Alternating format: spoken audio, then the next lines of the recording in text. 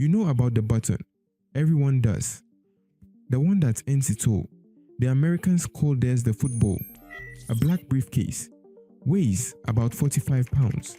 It never leaves the side of the President of the United States. Not at dinner, not at church, not at 3 a.m. Wherever the president goes, the football goes. Because the world does not wait for a president to find a phone. The Russians have theirs. They call it the Cheget, named after a mountain in the Caucasus. 3 briefcases actually. One for the president, one for the defense minister, one for the chief of the general staff. All 3 must agree before the missiles fly. China, Pakistan, India, North Korea. Every nuclear state has its version of this system. A command structure, a chain, a button. But here is the question almost no one asks. Does Africa have one?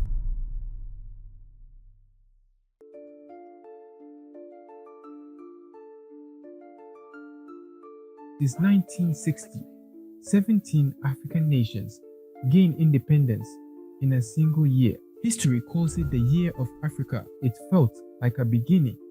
It was also a trap because the moment those colonial flags came down, 2 other powers moved in, the United States and the Soviet Union, and Africa became their battlefield, not with their own soldiers, with everyone else's.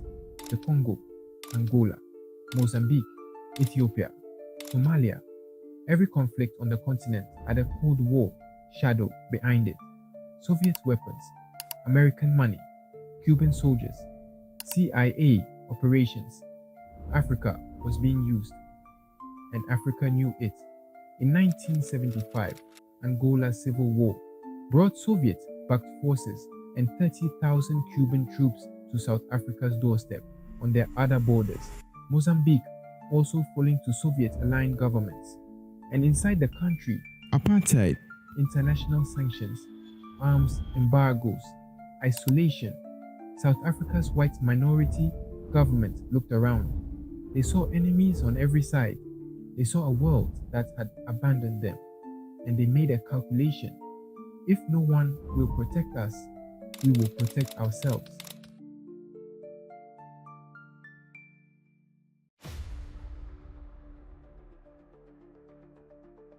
The program had a name. It was called Melba. Later, they renamed it, as programs like this always do. Rename things, make them harder to find, harder to prove. It officially began in 1974, hidden inside South Africa's Atomic Energy Board. The public face was civilian nuclear energy. The secret face was something else entirely. The lead facility was Pelindaba, a research campus outside Pretoria, secure, remote, guarded, and beneath the surface, busy. South Africa chose the gun-type design, the same basic concept used in Little Boy. The bomb dropped on Hiroshima, simpler than an implosion device, less efficient but proven, and they could build it. The enriched uranium came from a facility called Valindaba, right next door to Pelindaba. The 2 facilities were so close, South African scientists joked about the names. Pelindaba, an old Zulu phrase meaning the matter is settled. Valindaba, meaning we do not talk about this. By 1977, South Africa had enough enriched uranium for its first device. They tested the delivery system. They refined the design, all of it classified, all of it hidden. But someone noticed. In August 1977, a Soviet satellite detected something unusual in the Kalahari. They told the Americans. The Americans looked and they found it. A prepared nuclear test site. South Africa was days, possibly hours, away from detonating a device. The US, USSR, France, West Germany, and the UK all pressured South Africa simultaneously. Back down. or face consequences.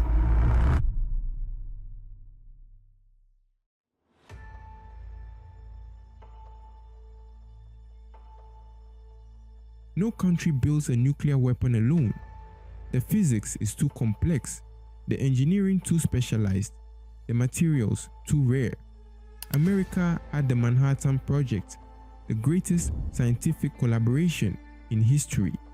The Soviets had their spies inside Los Alamos, stealing what they could not build.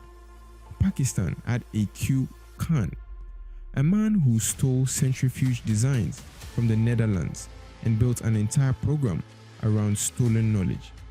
South Africa, isolated, sanctioned, alone, had Israel. The Israel-South Africa relationship during the apartheid era was one of the most significant secret alliances of the Cold War, and one of the least discussed. In 1976, Israeli Prime Minister Shimon Peres visited South Africa. The two governments signed what was called a general agreement. What was in that agreement? Still classified. What we know from declassified documents and investigative journalism, South Africa supplied Israel with uranium ore, the raw material of nuclear weapons. Israel supplied South Africa with something. Exactly what? Officially denied by both governments to this day. In 2010, the South African newspaper, The Guardian, published a report based on documents showing that Israel had offered to sell South African nuclear warheads. The Israeli government denied it. The South African government said the documents were misinterpreted, but the uranium transfers, those are confirmed. South Africa sent hundreds of tons of uranium to Israel, and somewhere in a classified file, the exchange for that uranium sits unrevealed.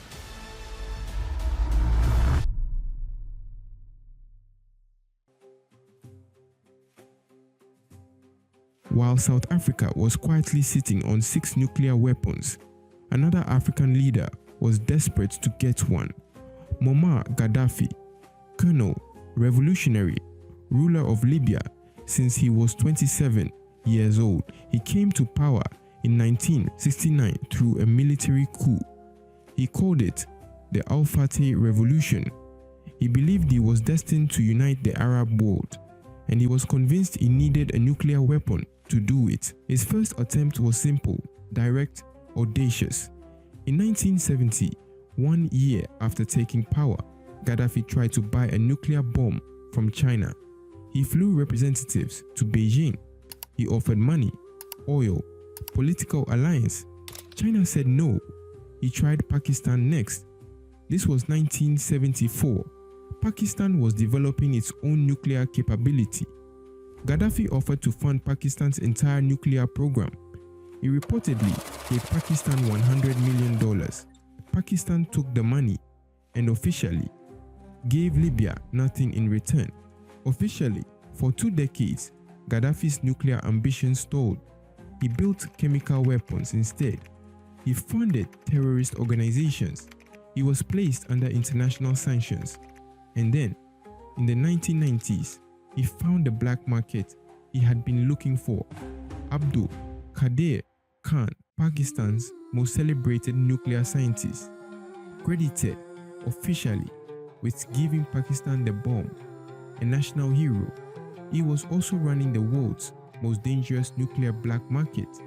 Khan had stolen centrifuge designs from a Dutch uranium enrichment facility in the 1970s. He used those designs to build Pakistan's bomb, and then he sold copies of those same designs to anyone who could pay. North Korea, Iran, and Libya through a network of front companies, middlemen, and shipping firms across Malaysia, Dubai, Turkey, and South Africa. Yes, South Africa appeared here too. Khan delivered centrifuge components to Libya, warhead designing documents, technical manuals, the complete recipe. By 2002, Libya had enough equipment to begin uranium enrichment. They were close, closer than anyone outside the program knew. And then it all fell apart. In October 2003, a ship called the BBC China was intercepted in the Mediterranean. It was carrying centrifuge components bound for Libya. German intelligence, US intelligence, British intelligence, all working together. They had been tracking the Khan network for years. Gaddafi was caught and he knew it. In December 2003, Gaddafi announced on international television that Libya was abandoning all weapons of mass destruction programs. He invited international inspectors in. He surrendered the centrifuges, the warhead designs, everything. Flown out of Libya in crates, transported to the United States. Some of it ended up in a warehouse in Oak Ridge, Tennessee, where American scientists studied exactly how close Gaddafi had gotten. The answer: too close. He had given up the one thing that might have protected him, or so some argue. Others say the bomb would have only accelerated its end. Today, the government of Libya announced the death of Muammar Gaddafi.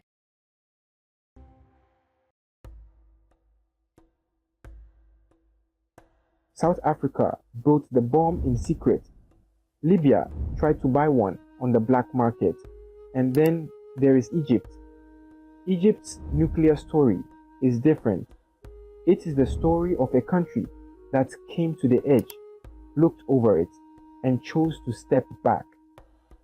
In 1954, Egypt established its Atomic Energy Commission.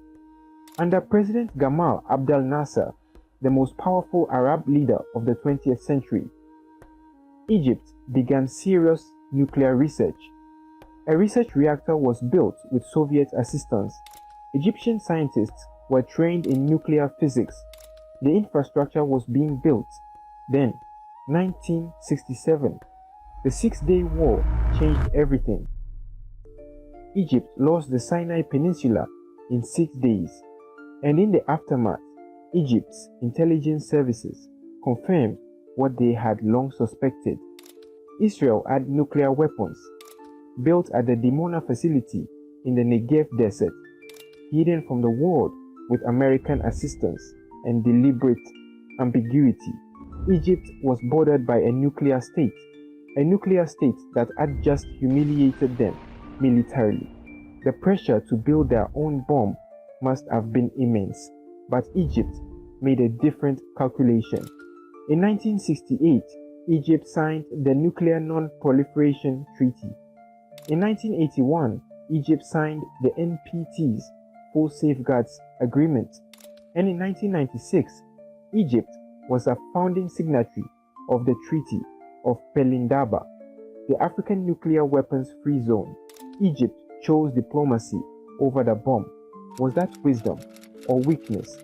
Egypt sits next to a nuclear Israel with no nuclear deterrent of its own. The answer to that question depends entirely on who you ask.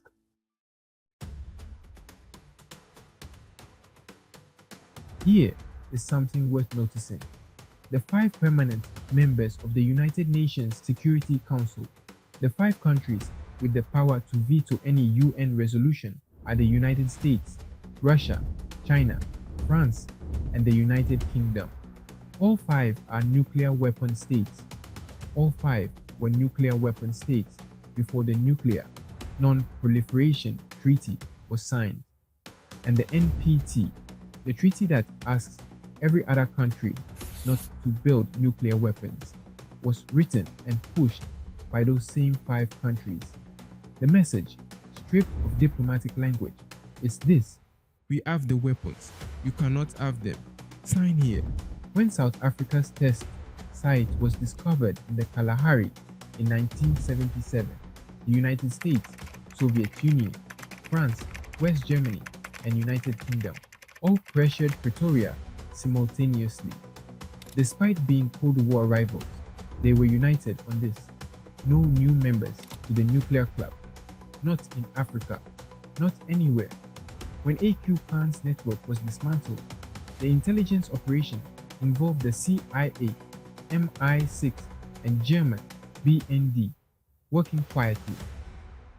When Libya's program was exposed, the interception of the BBC China was a joint US and UK operation, coordinated at the highest levels of both governments. The nuclear powers do not merely possess weapons, they actively manage who else gets to join the club. And the answer, when it comes to Africa, has consistently been no. Whether that is about global security or about maintaining a very particular kind of global order, is a question the nuclear powers would prefer you not ask too loudly.